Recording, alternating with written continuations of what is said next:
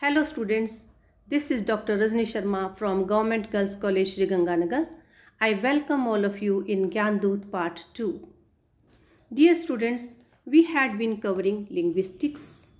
Linguistics refers to the function of speech sounds in relation to the rules of particular grammar. Linguistics covers 5 components: phonetics, phonology, morphology, syntax, and semantics. Dear students, phonetics is the study of speech sounds. It deals with the physical nature of speech sounds. Dear students, phonology is the second part of linguistics. It covers the way in which speech sounds are produced in a particular language. For example, it covers the patterns of sounds in terms of the sequence of speech that are permissible in a particular language. Morphology relates to the word formation and structure. Syntax covers the structure of any sentence pattern that is different in every language. For example, in Hindi we say वह खाना खाती है, but in English we say she eats food. So खाना जो हिंदी में हम कहते हैं पहले आता है just after the pronoun, just after the subject, लेकिन हिंदी इंग्लिश में यह वर्ब के बाद आता है. सेमेंटिक्स का रिलेशन जो है किसी भी भाषा की मीनिंग से है. अब मैं इसे पुनः इसका आपको रिपीट करती हूँ, पुनः बताती हूँ. फोनेटिक्स क्या है? प्रोडक्शन, ट्रांजिशन और रिपीटिशन है स्पीच साउंड्स का. फोनोलॉजी जो है इसमें स्पीच साउंड्स किसी भी भाषा के पढ़े जाते हैं. मॉर्फोलॉजी में वर्ड्स और उनका स्ट्रक्चर बताया जाता है. सिंटैक्स में सेंटेंस का ग्रामेटिकल स्ट्रक्चर बताया जाता है और सेमेंटिक्स में मीनिंग बताया जाता है. डियर स्टूडेंट्स, हम आते हैं वर्ड स्ट्रक्चर पर. वर्ड स्ट्रक्चर जो है वो किसी भी भाषा में जो इन्फॉर्मेशन है वह 5 प्रकार से होती है.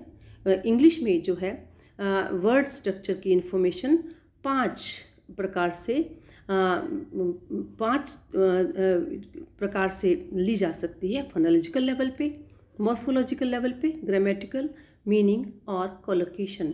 डियर स्टूडेंट्स, हम किसी भी भाषा के बारे में जब सोचते हैं तो उसमें जो है कई प्रकार के यूनिट होते हैं. उससे शब्द जो है वो इसके फंडामेंटल यूनिट्स जो है किसी भाषा के वो फ्रेज, क्लोज और सेंटेंस होते हैं. तो उन्हें समझने के लिए हमें उस वर्ड्स को किसी भी भाषा में समझना पड़ता है और वर्ड्स को समझने के लिए हमें उसका फोनोलॉजिकल लेवल पता चलना पड़ता है, उसकी मॉर्फोलॉजिकल इन्फॉर्मेशन पता लगानी होती है, ग्रामेटिकल इन्फॉर्मेशन, मीनिंग और कोलोकेशन. डियर स्टूडेंट्स, फोनोलॉजिकल या फोनेटिकल इन्फॉर्मेशन क्या होती है कि कैसे किसी वर्ड को प्रोनाउंस किया जाए. Every word has some certain sequence of sounds. Dictionary में इसका बताया जाता है स्लैंटिंग लाइंस में. आप किसी भी डिक्शनरी में मान लीजिए शब्द है कप. कप को आप डिक्शनरी में देखोगे तो इसका pronunciation just after CUP cup होगा, जिसमें कि स्लैंटिंग लाइंस में उसका सही. अब CAP सैप क्यों नहीं बोलते, CELL सेल बोलते हैं, लेकिन C यहाँ कप है. तो ये फोनेटिक सिंबल्स जो स्लैंटिंग लाइंस में ब्रैकेट्स में दिए होते हैं वह किसी वर्ड के प्रोनाउंसिएशन को बताते हैं. इसके बाद आता है मॉर्फोलॉजिकल लेवल. मॉर्फोलॉजिकल यानी कि शब्द से रिलेटेड मॉर्फोलॉजी, उस शब्द का स्ट्रक्चर क्या है. डियर स्टूडेंट्स, शब्द के स्ट्रक्चर को जानने के लिए, क्योंकि हर वर्ड का अपना एक इंटरनल स्ट्रक्चर होता है. मान लीजिए हम जो एग्जामिनेशन है, तो एग्जामिनेशन जो वर्ड है वह एग्ज़ाम और एशन, एग्जामिन और एशन से बना है. एग्जामिन वर्ब है, इसके पश्चात एशन लगने से it becomes a noun. So we any word how it is made of whether it is carrying any suffix or prefix, whether it is stem or root, ये उसका morphological information हमें internal structure में पता करनी होती है। इसके पश्चात आता है वर्ड की grammatical information. Dear students, every word has a definite slot in a structure of phrases, in clauses, in sentences. उसका एक डेफिनेट एक स्लॉट होता है। जैसे कि मान लीजिए मैं कहती हूँ दिस इज़ माई कैप। अब वैसे अकेले मैं बोलूँगी तो मैं कहूँगी दिस इज़ अ कैप, लेकिन माई लगने के बाद अ है वो हटा दिया जाता है। तो ये जो है माई है, it comes before a noun, it doesn't come before an article. Article this is a my cap भी नहीं कहेंगे हम।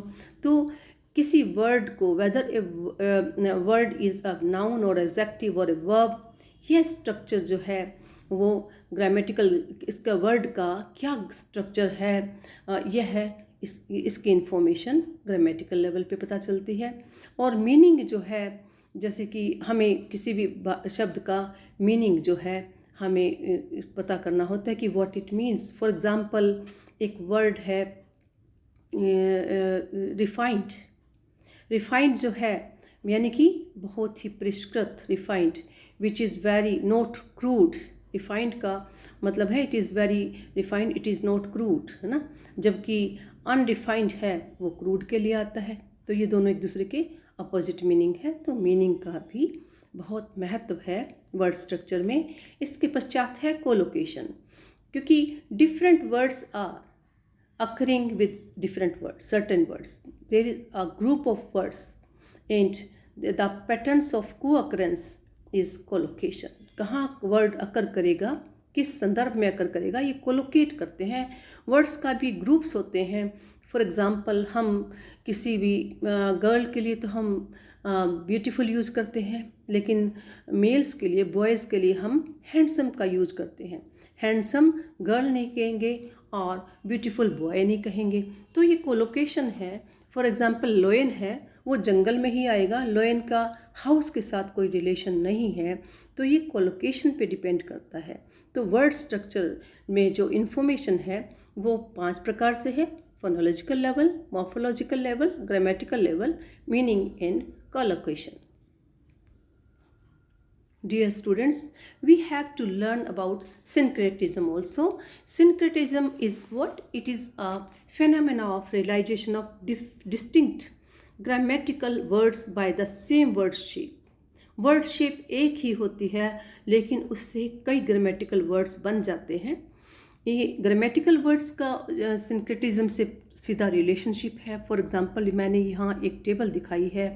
इस टेबल में सिंग जो है it is having many grammatical shapes. इसके डिफरेंट, इसके इन्फ्लेक्शन, अलग इन्फ्लेक्शन में इसकी it changes. For example present tense में ये सिंग है, पास्ट में ये सैंग बन गया है, और पार्टिसिपल में हैव संग। डांस पास्ट में डांस्ड बन गया है और पास्ट पार्टिसिपल में have danced. In the same way if a singular noun is there तो we are using cow, but plural में काउज बन गया है। और लेकिन कुछ there are some words which are not changing from when they are changing their singular to plural. For example the tiger killed one deer, the tiger killed many deer, the same is there. In positive cases also man का men's बन गया और men's. तो syncretism है, ये stress करता है distinction कि how words are different in as grammatical unit, as phonological unit और ऑर्थोग्राफिक यूनिट। हम इन सभी की चर्चा बाद में करेंगे। Dear students, now we are coming to morpheme word relationship. Word क्या है? वर्ड इज़ अ, हमने मॉर्फीम और फोनीम्स का पहले पार्ट में अध्ययन कर लिया है, and we are again going to repeat that. ये एक प्रकार से रिपीटिशन है, and I am making it more clear to you. What is a word? Word is composed of 1 or 2 morphemes. एक वर्ड है वो, उसमें एक मॉर्फीम भी हो सकता है और 2 मॉर्फीम भी हो सकते हैं। मॉर्फीम और morpheme combinations are realized as words. कई वर्ड्स जो है मैंने पहले भी बताया था, monomorphic means they carry 1 morpheme only, और इन जो मोनोमॉर्फिक वर्ड्स है which are not dependent on other either suffix or prefix, तो उनको हम फ्री मॉर्फिम कहते हैं। बिकॉज फ्री मॉर्फिम किस लिए कहते हैं? दे कैन अकर इंडिपेंडेंटली, बिना किसी पे निर्भर किए। They are occurring themselves free of any tag, उसको किसी पे, they are independent, they do not depend for meaning on other words. ऐसे मॉर्फिम्स को हम मोनोमॉर्फिक वर्ड्स या फ्री मॉर्फिम्स कहते हैं। फॉर एग्जाम्पल बॉय, बोट्स और रीड। डियर स्टूडेंट्स, अगर बॉय के साथ मैं एस लगा देती हूँ तो वो बॉयज़ बन गया, तो ये मोनोमॉर्फिक नहीं रहेगा because it carries a suffix after it. Boat का अगर मैं बोट्स बना देती हूँ, this is no more a free morpheme because it is having a suffix, इसमें एक सफिक्स लग गया। और रीड को मैं अगर रीडिंग कर दूँ तो इट इज़ कैरिंग इंग after it. That's why that is the difference between a free morpheme and bound morpheme. Bound morpheme क्या होते हैं? They can not occur independently. जैसे कि बॉय का हम बॉयज़ कर दें तो it is a bound morpheme, boat और रीड। और इन बाउंड मॉर्फिम में जैसे बॉय के बाद एस लगा है, एस क्या है? It is not a free morpheme, it is a bound morpheme. सभी एफिक्सेस है, they come under the category of bound morphemes. Dear students, now we are coming to formation of words. Words जो हैं वह भी जिस प्रकार से sentences जो हैं, simple sentence, compound sentence, complex sentence, the same is with word. छोटे लेवल पे words के भी इसी प्रकार से different forms होते हैं। Dear students, simple words जो हैं वो फ्री मॉर्फिम्स वाले होते हैं। हम अभी फ्री मॉर्फिम्स को पढ़ के गए हैं। Simple morphemes are those words which are free morphemes. For example boy, sing, kind, smile and write, ये सभी सिंपल मॉर्फिम्स है। इसके पश्चात आता है कॉम्प्लेक्स मॉर्फिम। कॉम्प्लेक्स मॉर्फिम में वन फ्री मॉर्फिम होता है and one or more bound मॉर्फिम्स। Boy जो है सिंपल मॉर्फिम है, उसके पश्चात एस लगने से it changes its form and it becomes a complex morpheme. Singers, kindness, writers, all these are complex morphemes. इसमें बॉयज़ में फ्री मॉर्फिम कौन सा है? बॉय। और बाउंड मॉर्फिम कौन सा हो गया? एस। तो ये कॉम्प्लेक्स बन गया। सिंगर्स में फ्री मॉर्फिम कौन सा है? सिंगर। और एस क्या है?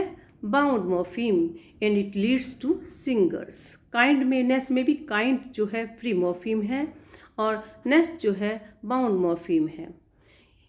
The third category is compound word. There are two or more free मॉर्फिम्स in it. इनमें एक या दो या उससे अधिक जो है वो फ्री मॉर्फिम्स है, यानी कि दो फ्री मॉर्फिम्स मिलकर एक कंपाउंड मॉर्फिम वर्ड बनाते हैं। जब दो मिल जाते हैं मॉर्फिम्स तो वो वर्ड बन जाता है। मॉर्फिम और वर्ड का हम आगे करेंगे कि क्या फ़र्क है मॉर्फिम और वर्ड में। अब कंपाउंड वर्ड जो है postman, black board, goalkeeper, play boy, bird song. Dear students, postman में दो फ्री मॉर्फिम्स है, पोस्ट और मैन। ब्लैक बोर्ड में ब्लैक और बोर्ड, गोलकीपर में गोल और कीपर, प्ले बॉय में भी प्ले और बॉय, बर्ड सॉन्ग में बर्ड और song. And when they are united together they become a compound word. और कंपाउंड कॉम्प्लेक्स मॉर्फिम्स क्या है? Two or more free morphemes plus one or more bound morpheme. Compound complex morpheme वो word है जिसमें compound मॉर्फिम्स भी है और complex मॉर्फिम्स भी है। और इसका एग्जांपल है हॉट ब्लडेडनेस।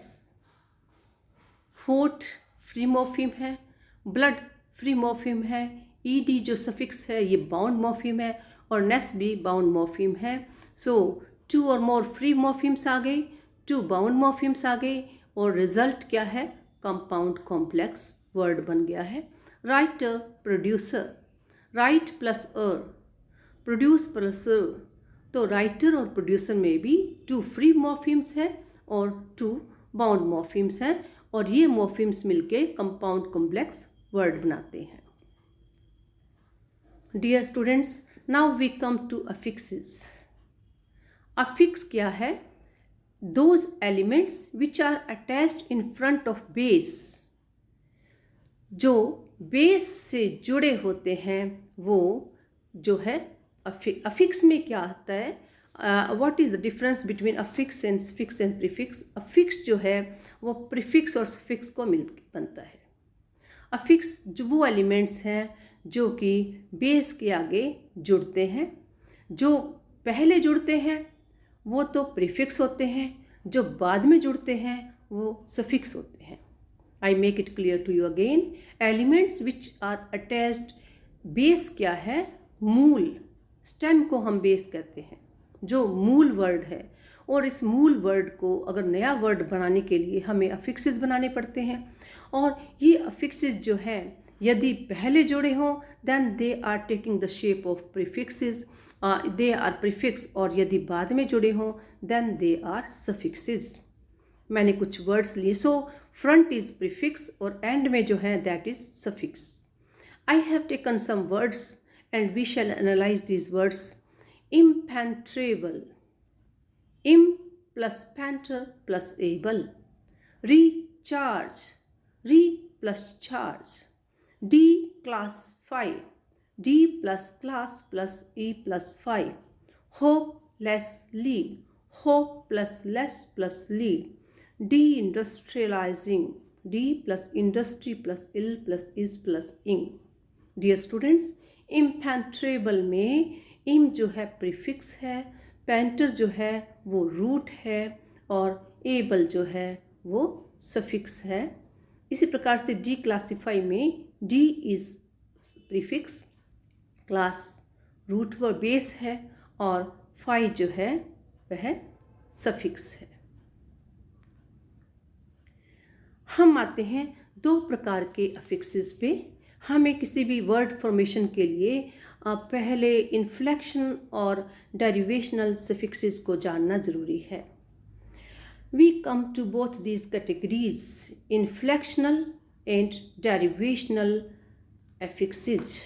डियर स्टूडेंट्स, जैसे कि वर्ड बताता है इन्फ्लेक्शनल अफिक्सेस है, they are forming grammatical words, और derivational affixes are forming lexical word। जैसा कि very name shows, inflection किसे कहते हैं? Change in the form of the word that shows its grammatical function। कोई भी change किसी word की form में जो उसका grammatical function बताता है that is inflectional, और ग्रामेटिकल भी कहते हैं। इन्फ्लेक्शन को ही ग्रामेटिकल अफिक्स भी कहते हैं। और डेरिवेशनल जो है लेक्सिकल से बना है, लेक्सिकल के लिए आता है। ये लेक्सिकल किससे बना है? From word Lexus. लेक्सिस का क्या मीनिंग है? Vocabulary of a word store. So what is the difference between inflectional and derivational affixes? Inflectional affixes वो एफिक्सेस हैं जो ग्रामेटिकल वर्ड बनाते हैं। Lexical affixes are those affixes which are forming new words. अब grammatical words में और lexical words में क्या फ़र्क है ये हम अभी आगे जानते हैं। डियर स्टूडेंट्स, मैं आपको एक बात क्लियर कर दूं कि ग्रामेटिकल और लेक्सिकल में क्या फ़र्क है। ग्रामेटिकल जो है it is attached to those words in accordings to the rules of the grammar. Grammar के रूल्स के अकॉर्डिंगली चलता है। फॉर एग्ज़ाम्पल, मैं आपको एग्ज़ाम्पल देती हूँ। जैसे एक शब्द है राम और बुक, हमने दो वर्ड्स लिए हैं, राम और बुक। अब राम की किताब है, हिंदी में हम कहेंगे राम की किताब, लेकिन इंग्लिश में अगर हम राम और बुक लिख देंगे तो that is not making any meaning, that is not meaningful. तो इसके लिए हमें क्या लगाना पड़ेगा? राम की बनाने के लिए we have to add apostrophe to that. हमें कहना होगा राम्स बुक। तो राम्स बुक, राम से राम्स यानी कि राम की बुक बनाने के लिए हमें अपोस्ट्रोफ एस लगाना पड़ा, and that changes the nature of the word. और ये है, ये ग्रामेटिकल वर्ड फंक्शन कर रहा है, लेकिन ये जो है इन्फ्लेक्शनल जो राम्स हमने लगाया है, एस लगाया है। अब ये दो जो नाउन्स हैं उनको जोड़ने के लिए we are using this apostrophe, लेकिन लेक्सिकल वर्ड में हमें अलग अलग इसकी ग्रामेटिकल नेचर वर्ड की चेंज हो जाती है। लेक्सिकल ग्रामेटिकल वर्ड में ग्रामेटिकल एफिक्सेस जो है they are leading to grammatical function, वो ग्रामेटिकल फंक्शन करते हैं।